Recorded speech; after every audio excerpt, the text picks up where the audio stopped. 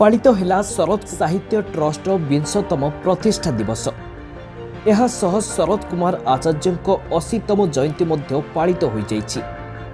କାର୍ଯ୍ୟକ୍ରମ ଟ୍ରଷ୍ଟର ଉପଦେଷ୍ଟା ପ୍ରଫେସର ଡକ୍ଟର ବିଜୟାନନ୍ଦ ସିଂହଙ୍କ ସଭାପତିତ୍ୱରେ ଅନୁଷ୍ଠିତ ହୋଇଥିଲା।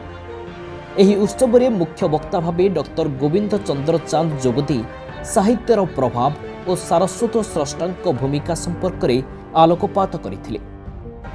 उत्सवरे विशिष्ट सारस्वत साधिका प्रोफेसर गायत्री बाला पंडांकु अनुष्ठानर सर्वोच्च शरद सारस्वत सम्मान प्रदान करा जायतिला।